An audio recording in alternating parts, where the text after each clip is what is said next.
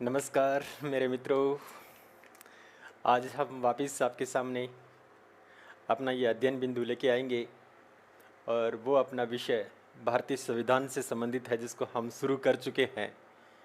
और मित्रों, मैं बताना चाहूँगा कि हम जो भारतीय संविधान की पूर्व पीठिका के बारे में अध्ययन कर रहे हैं, और वो अध्ययन हम 1773 ईस्वी का जो रेगुलेटिंग एक्ट था उसके साथ से हमने शुरू किया।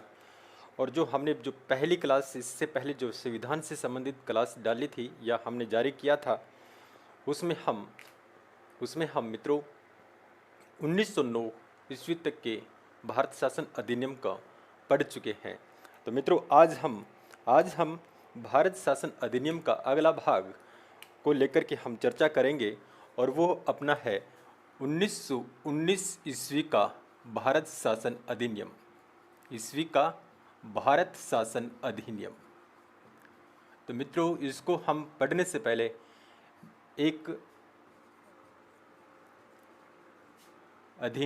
इसको पढ़ने से पहले हम कुछ इतिहास की महत्वपूर्ण घटना है, उस घटना के बारे में एक बार हम नज़र डालेंगे। तो देखिए मित्रों, हम इस समय काल में ब्रिटिश सरकार के अधीन हम जीवन यापन कर रहे हैं, और हमारा जो भारतीय प्रांत है या भारत के निवासी जितने भी हैं, उस भारत में अंग्रेज़ों की कूटनीति के कारण कांग्रेस के दो विभाग हो जाते हैं, या कांग्रेस जो पार्टी है या कांग्रेस है उसके दो टुकड़े हो जाते हैं, या विचारों में मतभेद हो जाते हैं। और विचारों में मतभेद होने के कारण कांग्रेस के दो दल बन जाते हैं। एक है उग्रवादी दल और दूसरा है नरमवादी दल, जिसको हम बोल सकते हैं, दूसरा नाम भी दे सकते हैं। एक तो है अपने सामने उदारवादी दल और दूसरा है अनुदारवादी दल। तो इस प्रकार से कांग्रेस का विभाजन हो जाता है। कांग्रेस का विभाजन होने के साथ साथ हमारे सामने बहुत सारी विकट परिस्थितियाँ मौजूद या उपस्थित होने लगती हैं। तो इस प्रकार की जो बुरी कंडीशन है उसको शांत करने के लिए हमारे देश में मुस्लिम संप्रदाय के एक नेता होते हैं, जिसका नाम है मोहम्मद अली जिन्ना साहब। मोहम्मद अली जिन्ना ने एक संगठन तैयार किया, और सर्वप्रथम उसने 1916 ईस्वी में एक लीग की स्थापना करी थी। और उस लीग का मतलब ये है लीग सुधार योजना, कांग्रेस लीग सुधार योजना। तो मित्रों, इसको हम इस प्रकार से देखें कि इसकी जो स्थापना हुई थी वो 1916 ईस्वी में होती है। और ये जो लीग बना था, इसमें एक महत्वपूर्ण बात ये आती है कि यही आगे जा कर के ये लखनऊ समझौते का एक कारण बनती है। लखनऊ समझौते का, और लखनऊ समझौते का मतलब ये होता है मित्रों कि लखनऊ में कांग्रेस अधिवेशन होता है। लखनऊ में कांग्रेस का अधिवेशन होता है, और इस कांग्रेस के अधिवेशन की अध्यक्षता करते हैं, हमारे सामने वो उपस्थित होते हैं, जिसका नाम है मोहम्मद अली जिन्ना। तो मित्रों, इसके नेतृत्व में क्या होता है, जो कांग्रेस के दो वर्ग बन जाते हैं, एक उदारवादी दल और एक गर्मवादी दल। इन दोनों दलों को एक साथ लाने का प्रयास, या इन दोनों दलों को एक साथ मिलाने का प्रयास इनका ही रहा है। कहने का मतलब मोहम्मद अली जिन्ना है, कांग्रेस को एक जगह, एक ही मंच पर ला करके वापस खड़ा कर देता है। और इसके साथ साथ हमारे भारतीय नेता, जिनका नाम है लोकमान्य बाल गंगाधर तिलक का भी इसमें बहुत बड़ा योगदान है। हम कह सकते हैं कि कांग्रेस का जब विभाजन हो जाता है, तो उस विभाजन को एकजुट या एक मंच पर लाने का प्रयास इन दोनों राजनेताओं का होता है। तो इन लोगों ने मिलकर के एक योजना बनाई। एक योजना ये थी कि ये लोग ये चाहते थे, या लखनऊ का जो कांग्रेस अधिवेशन हुआ था उसमें एक बात उठाई गई थी कि क्यों न हम ब्रिटिश सरकार से हम डिमांड करें कि हमारे इस देश में संविधान लागू किया जाए, या हम कहें कि संवैधानिक सुधारों की एक योजना तैयार की जाए। तो मित्रों, यहाँ से हमारे 1919 ईस्वी का द्वैध शासन प्रणाली है, या भारत शासन अधिनियम की जो रूपरेखा है वो यहाँ से बननी शुरू हो जाती है। तो मित्रों, इस वक्त किस समय हम बात कर रहे हैं, इस लखनऊ समझौते की बात कर रहे हैं, हम बात कर रहे हैं इस समय की बात कर रहे हैं। इसका मतलब ये है कि कांग्रेस का अधिवेशन हो चुका था और उस अधिवेशन का परिणाम हमारे सामने इस प्रकार से निकला था, जो कांग्रेस एकजुट हो गई थी। तो मित्रों, हम इसी समय की बात करते हैं। इस समय हमारे देश में जो गवर्नर जनरल होते हैं, गवर्नर जनरल होते हैं, उनका नाम मित्रों वो लॉर्ड चेम्सफोर्ड होता है। वो कौन होते हैं मित्रों? इन गवर्नर जनरल होते हैं वो हैं लॉर्ड चेम्सफोर्ड। चेम्सफोर्ड। अब देखिए मित्रों, ये जो लॉर्ड चेम्सफोर्ड होते हैं, इनके सामने यह समझौता, इस समझौते के तहत जो भी एक मत होकर के एक प्रारूप बनाया गया था, उसी प्रारूप को इनके सामने पेश करते हैं। इनके सामने इनके सामने लॉर्ड चेम्सफोर्ड के सामने ये पेश करते हैं। और पेश करने कब किया? इन्होंने लॉर्ड चेम्सफोर्ड के समक्ष प्रस्तुत किया, 1917 ईस्वी में प्रस्तुत किया। तो लॉर्ड चेम्सफोर्ड ने सोचा, तो क्यों न हम कांग्रेस की क्यों न हम भारत में संविधान या भारत में एक परिषद की स्थापना कर दी जाए, ताकि भारत के लोग भी खुश रहें। और इस समय इनको बहुत बड़ी ज़रूरत थी। क्यों ज़रूरत थी? क्योंकि उसका मेन रीज़न यही था कि जब प्रथम विश्व युद्ध हुआ था, उस प्रथम विश्व युद्ध में ब्रिटेन ने ये कहा था कि भारत के लोग हमारे इस युद्ध में साथ दे देंगे, तो हम विजय होने के पश्चात, युद्ध की समाप्ति के पश्चात, हम भारत में स्वाधीनता या हम भारत को एक प्रकार से स्वाधीन या स्वराज्य उनको सौंप देंगे। तो मित्रों, इस प्रकार से यह हमारे सामने शर्त रखी गई थी। और इसी शर्त को लेकर के जब ये बात वापस उठाई गई, तो बात उठाने के साथ साथ इसी गवर्नर के सामने ये बात उठाई गई। और इसी के समय हमारे देश के जो भारत मंत्री होते हैं, और भारत मंत्री का नाम मित्रों विलियम चैम्बरलिन होते हैं। हमारे देश के जो भारत मंत्री हैं वो चैम्बरलिन हैं, चैम्बरलिन। तो मित्रों, ये जो प्रस्ताव रखा गया था, इस प्रस्ताव में चेम्सफोर्ड ने तो ये कहा कि हम इसके ऊपर मनन करेंगे, लेकिन चैम्बरलिन ने ये कह कर के मना कर दिया। ये कहा कि इस प्रकार का जो मंडल आप बनाएंगे, इस प्रकार की जो स्वाधीनता उनको सौंपेंगे, तो आने वाले समय में आपके लिए ये बहुत खतरनाक साबित हो सकता है या नुकसानदायक हो सकता है। तो इसलिए इन्होंने कहा कि एक उनको शांत रखने के लिए या कांग्रेसियों के उनका जो आवेदन है उसको दबाने के लिए या उनको खुश रखने के लिए आप एक काम करना, एक छोटा सा मंडल गठित कर दो, छोटा मंडल बना दो, ताकि भारत के लोग हैं वो एक प्रकार से खुश हो जाएं। लेकिन मित्रों, यहाँ तक ही हम लोग सीमित नहीं थे। इस प्रकार का जो हमारे सामने इस प्रकार के जो प्रस्ताव आए हैं, उन प्रस्तावों को लेकर के यहाँ ब्रिटेन में 19 सदस्यों की एक टीम बनती थी। और उस 19 सदस्यों की टीम में हमारे देश के बड़े नेता हुआ करते थे। उन्होंने एक प्रारूप बनाया था, और प्रारूप ये था मित्रों कि एक आवेदन पत्र बनाया गया, और उस आवेदन पत्र में यह कहा गया कि अल्पसंख्यकों को निर्वाचन का अधिकार देना चाहिए। एक तो ये था, और ये कहा कि हमारे देश की जो प्रतिनिधित्व मंडल का हम चुनाव करेंगे, तो वो जनता के मताधिकार से ही उनका चयन होना चाहिए। अगली शर्त ये थी मित्रों कि प्रांत जितने भी हैं, हमारे देश के जितने भी देशी प्रांत हैं या ब्रिटिश साम्राज्य के अधीन जितने भी प्रांत हैं, उनमें और केंद्र प्रांत में एक कार्यकारिणी परिषद का गठन किया जाए। तो इस प्रकार के बहुत सारे मत उस आवेदन पत्र में थे, या इस प्रकार के बहुत सारे विचार थे वो आवेदन पत्र में शामिल किए गए थे। तो उन्हीं आवेदन पत्रों के ऊपर गौर करने के लिए मित्रों, इंग्लैंड में एक कमेटी बनाई जाती है। और वो कमेटी बनती है, किस नाम से बनती है मित्रों? वो बनती है इंग्लिश राउंड टेबल के नाम से जाना जाता है उसको। इंग्लैंड में या ब्रिटेन में एक कमेटी बनती है, इसी को माध्यम बना करके एक कमेटी निर्धारित की जाती है, और उस कमेटी का नाम होता है English round table round, English table round. तो मित्रों, ये इस इंग्लिश टेबल राउंड का दूसरा नाम हम यह भी दे सकते हैं, इसका दूसरा नाम है ड्यूक आवेदन पत्र। तो मित्रों इस प्रकार से एक कमेटी बनाई गई और इस कमेटी को हम इस नाम से संबोधित कर सकते हैं। तो इसका मतलब ये है मित्रों कि ये जो इंग्लिश टेबल राउंड है, इसमें यह बताया गया, कह सकते हैं कि इस पूरी टीम में ये वो लोग हैं जो ब्रिटेन के ही निवासी हैं। कहाँ के हैं मित्रों? ये ब्रिटेन के ही निवासी हैं और ब्रिटेन के वो निवासी हैं जो भारत का हित देखना चाहते हैं, भारत में विकास देखना चाहते हैं, या फिर हम ये कहें कि भारत को स्वाधीन होता देखना चाहते हैं, भारत को स्वाधीनता के पक्ष में है या भारत की स्वाधीनता के पक्ष में है। कौन?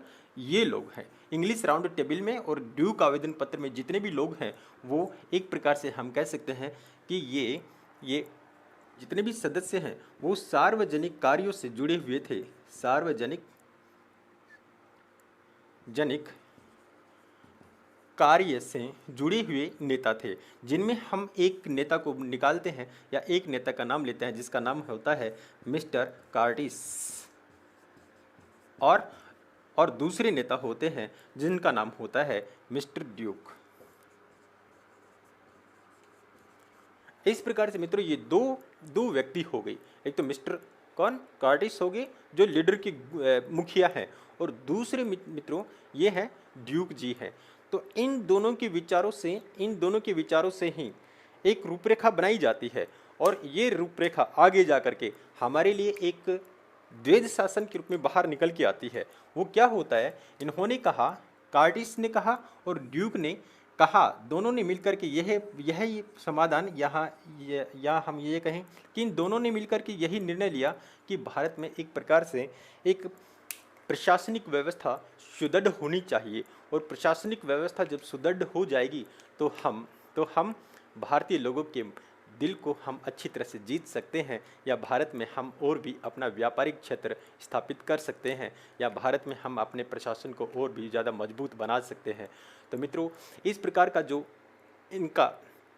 इनका जो मत था या इनके जो विचार थे, आगे जा कर के यही विचार आगे जा कर के इनके विचार वो द्वैध शासन प्रणाली में शामिल हो जाते हैं, द्वैध शासन के रूप में हो जाता है। कहने का मतलब हमारे देश में जो द्वैध शासन प्रणाली लागू हो जाती है उसके प्रमुख कर्णधार एक तो मिस्टर कार्टिस है और दूसरे हैं विलियम ड्यूक। तो कहने का मतलब यह है द्वैध शासन की जब स्थापना होती है तो द्वैध शासन के जो विचारों की रूपरेखा थी वो किसके माध्यम से घोषित की गई? वो कार्टिस के माध्यम से ही घोषित की गई थी। तो मित्रों इस प्रकार से हमारे सामने 1919 ईस्वी का द्वैध शासन लागू हो जाता है, और 1919 द्वैध शासन लागू होता है तो उससे पहले क्या होता है? हमारे देश के जो भारत मंत्री होते हैं चैम्बरलिन इस विचार से बिल्कुल नाखुश होते हैं या नाराज़गी प्रकट करते हैं, और जो ही वो नाराज़गी प्रकट करते हैं तब उनको भारत के मंत्री के पद से उसे हटा दिया जाता है। तो मित्रों उसके हटने के साथ ही हमारे देश का जो भारतीय संविधान का जो इतिहास की रूपरेखा के बारे में हम पढ़ रहे हैं, उस रूपरेखा का एक महत्वपूर्ण भाग 1919 ईस्वी का भारत शासन अधिनियम द्वैध शासन के रूप में ही प्रकट होता है। तो अब हम पढ़ेंगे हमारा भारत का 1919 ईस्वी का भारत शासन अधिनियम। तो मित्रों ये अधिनियम एक प्रकार से इस अधिनियम को हम यही पढ़ें या इसी प्रकार से हम इसे जानें कि ये एक प्रकार से द्वैध शासन है, द्वैध शासन। तो मित्रों ये द्वैध शासन क्या है इसको हम अच्छी तरह से समझें। द्वैध शासन का मतलब ये है कि मित्रों यहाँ दो प्रकार की सरकारें गठित होंगी। यहाँ हम ये कहें कि प्रांतों में अलग सरकार होगी और केंद्र में अलग प्रकार की सरकार होगी, और इस दोनों के माध्यम से जब सरकार बना दी जाएगी तब उनके अधिकार भी हस्तांतरण कर दिए जाएंगे या उन दोनों का डिवाइडेशन कर दिया जाएगा। तो डिवाइडेशन किस रूप में होगा मित्रों? एक तो ये होगा रक्षित के रूप में और दूसरा है हस्तांतरण के रूप में, हस्तांतरित। इसका मतलब ये है कि प्रशासन का जो भी अधिकार है उन अधिकारों को दो भागों में बांट दिया।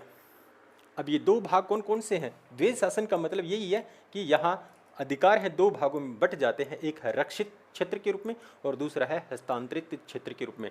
रक्षित का मतलब तो मित्रों ये है कि इसमें जो महत्वपूर्ण जो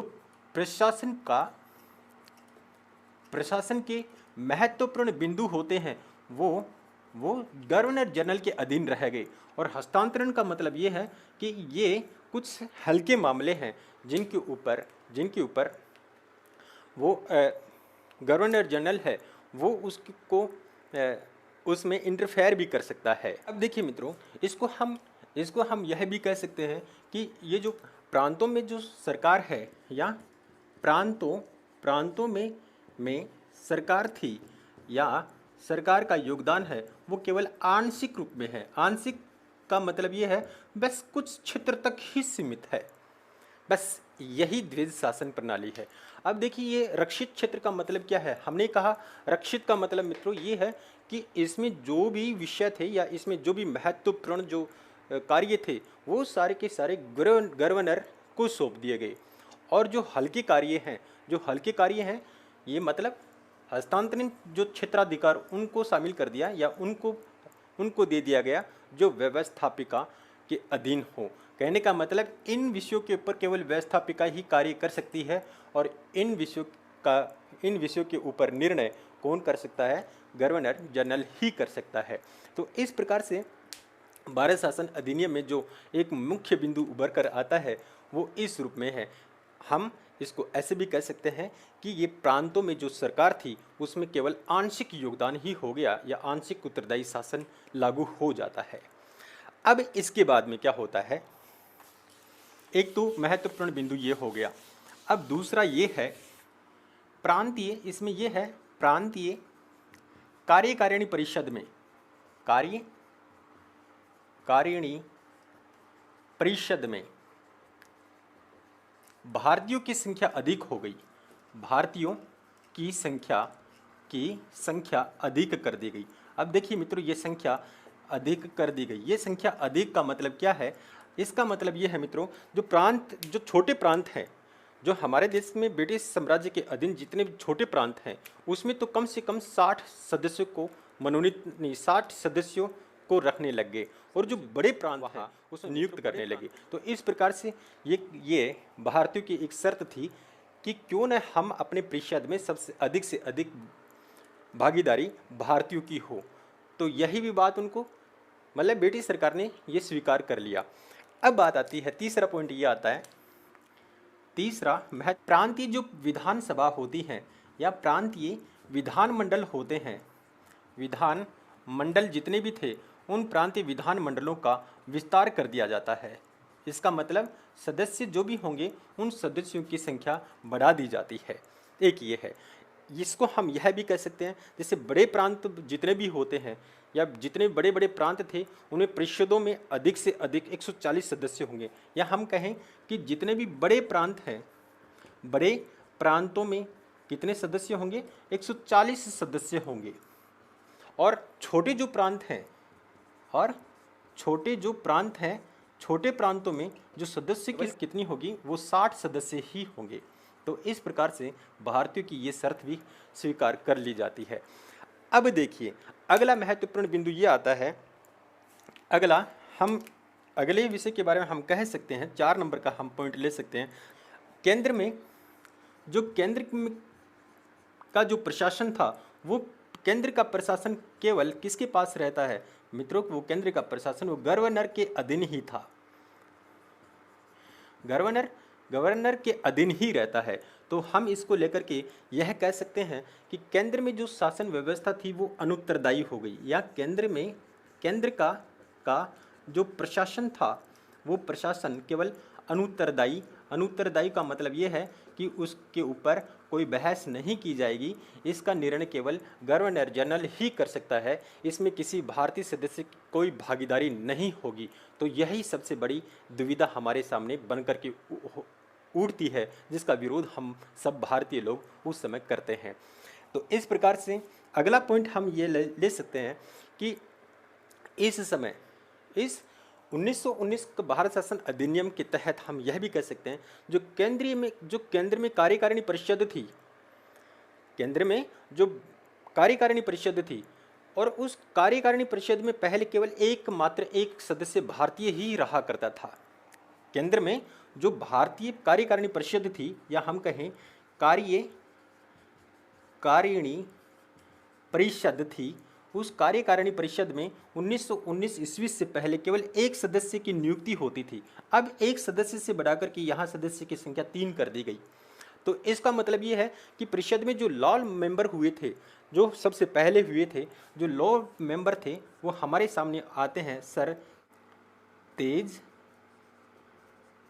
बहादुर सप्रू। तो मित्रों, यह हमारे देश के पहले कार्यकारिणी परिषद के सदस्य नियुक्त हुए हैं। अब देखिए इनको शक्ति कितनी दी गई है। देखिए मित्रों, इनको शक्ति बिल्कुल भी नहीं दी गई। इनको केवल अंग्रेजों या ब्रिटिश सरकार की हाँ में और ना की ना में मिलाने का काम था। इनको पावर कुछ नहीं दिया गया।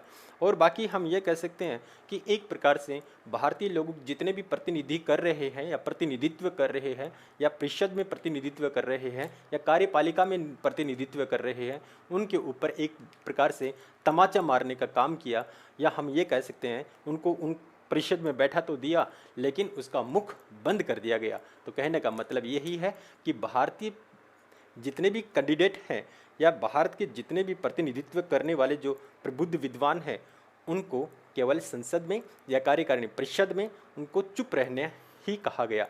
उनके ऊपर बहस करने का कोई अधिकार नहीं था। निर्णय अंतिम गवर्नर का ही हुआ करता था। तो इस प्रकार से हम कह सकते हैं कि यह भी एक हमारे सामने सबसे बड़ी मुसीबत बन गई, जो हम भारतीय लोगों की ये समस्या नहीं सुनी गई। अब देखिए, अब अगली बात को हम उठाएं। अगली बात के बारे में हम यह भी कह सकते हैं कि मंडल बन जाते हैं। जो आज भी हमारे भारत देश का जो संविधान है, उस संविधान में 2 मंडल हैं। तो यहाँ की जो शुरुआत है, या हम कह सकते हैं कि 1919 ईस्वी का द्विज शासन है, इसके समय से ही पहली बार द्विसदनात्मक मंडल बन जाता है। द्विसदनात्मक मंडल का निर्माण कर दिया जाता है। तो हम कह सकते हैं द्विसदनात्मक ये केंद्रीय मंडल है। ठीक है मित्रों, अब देखिए इसमें क्या है, इसमें 2 मंडल बन जाते हैं। पहला बनता है केंद्रीय विधानसभा, और दूसरा है हमारे सामने, वो है राज्य परिषद। तो मित्रों, इस प्रकार से हमारे देश में द्विसदनात्मक केंद्रीय विधान मंडल बन जाते हैं। अब इसमें कितने सदस्य होंगे मित्रों? इसमें सदस्य होंगे, इस 143 सदस्य हैं। टोटल 143 सदस्य हैं, जिनमें से 103 सदस्य निर्वाचित होंगे और बाकी जो बचते हैं 40 सदस्य बचते हैं, उनको मनोनीत कौन करेगा? उनको मनोनीत करने वाले गवर्नर ही रहेंगे। इस प्रकार से केंद्रीय विधानसभा में 143 सदस्य होंगे, जिसमें 103 सदस्यों का निर्वाचन होगा या चुनाव से जीत करके ही आएंगे, और बाकी 40 जो बचते हैं उनकी नियुक्ति गवर्नर जनरल करेगा। अब रही बात इसकी राज्य परिषद की, तो राज्य परिषद में जितने सदस्य होंगे, तो उन सदस्यों में मित्रों राज्य परिषद में 60 सदस्य होंगे। कितने होंगे मित्रों? 60 सदस्य होंगे, जिसमें से 60 सदस्य ही हो सकते हैं, और इन 60 सदस्यों में से 33 सदस्य चुनाव से जीत करके आएंगे, और बाकी 27 जो सदस्य हैं, इन 27 सदस्यों का मनोनयन या मनोनीत कौन करेगा? इस 27 सदस्यों का चयन वो गवर्नर ही करेगा। तो इस प्रकार से समस्त शक्तियाँ, या हम कह सकते हैं कि जितनी भी शक्तियाँ हैं, वो अधिकांशतः गवर्नर के अधीन ही चली जाती हैं। तो इस प्रकार से हमारे इस द्विज शासन में इस प्रकार की महत्वपूर्ण जो घटनाएं होती हैं या महत्वपूर्ण योजनाएं लागू करते हैं, वो हमारे लिए लाभदायक भी रहती हैं, लेकिन लाभ तो हमें कम मिलता है, लेकिन अधिकांशतः हमें नुकसान ही नुकसान मिलता है। तो अब देखिए, ये तो लागू हो जाता है, ये तो लागू हो गया। अब इसके बाद में, इसके 2 साल बाद में मित्रों, एक मंडल बनता है, और वो मंडल बनता है नरेश मंडल के नाम से लागू होता है। और नरेश मंडल का मतलब ये है कि हमारे देश के जितने भी राजा हैं या देसी रजवाड़े हैं, या जो भी राजा महाराजा हैं, उन राजा महाराजाओं का एक मंडल अलग से बना दिया गया जिसका नाम था नरेश मंडल। और इसकी स्थापना में अपना 8 फरवरी 1921 ईस्वी में होती है। और ये कहाँ होती है मित्रों? ये दिल्ली में होती है। दिल्ली के में ही इसकी स्थापना होती है। अब देखिए इसमें क्या होता है, इसमें कुल कितने सदस्य होंगे? इसमें टोटल, इस नरेश मंडल में कुल टोटल 121 सदस्य होंगे। कितने होंगे? 121 सदस्य होंगे। और ये 121 सदस्य कौन होंगे मित्रों? ये तो वो होंगे 121 में से 109 तो सदस्य वे होंगे जो कार्यकारिणी परिषद के हैं, या 109 सदस्य वे हैं महत्वपूर्ण रियासतों से संबंधित हैं, महत्वपूर्ण रियासतों से आ रहे हैं, रियासतों के नरेश हैं, या महत्वपूर्ण रियासत जितने ब्रिटिश सरकार महत्वपूर्ण रियासत मानती थी, उन रियासतों के जो राजा हैं वो टोटल कितने होंगे? 109 होंगे। और बाकी शेष जो बचते हैं, शेष कितने बच गए? 121 में से 109 गए, तब शेष बच गए 12 नरेश वे होंगे जो कम महत्वपूर्ण रियासतों से संबंधित है, कम महत्वपूर्ण रियासतों से आ रहे हैं। तो कहने का मतलब ये तो 109 सदस्य वे हैं जो ब्रिटिश सरकार को सबसे ज़्यादा फायदा हो रहा है, और ये 12 सदस्य वे हैं जो ब्रिटिश सरकार को कम फायदा हो रहा है। तो इस प्रकार से एक नरेश मंडल में 121 सदस्य चुन करके आते हैं, और इन सभी का 121 सदस्यों का जो प्रतिनिधित्व करने वाले हैं, या उनका जो सभापति होता है वो कौन होता है? वो केवल वायसराय ही होता है। तो इस प्रकार से नरेश मंडल में जितने भी राजा महाराजा थे या 121 राजा थे, उन राजाओं के बीच में वायसराय परामर्श करता था कि आगे हमें क्या सुधार करना है, हमें किस प्रकार से जनता को किस प्रकार से सुधार कार्य उनको दिखाना है। तो इस प्रकार की ये कमेटी बनाई गई थी ताकि वायसराय केवल राजाओं से ही परामर्श कर सके। तो इस प्रकार से हम कह सकते हैं कि जो वायसराय था या गवर्नर था वो केवल इस नरेश मंडल की ही सिफारिशों को स्वीकार करता था, और इसीलिए हम इसको कहते हैं कि वास्तविक रूप में क्या है? वास्तविक रूप में यह जो मंडल था ये परामर्शदात्री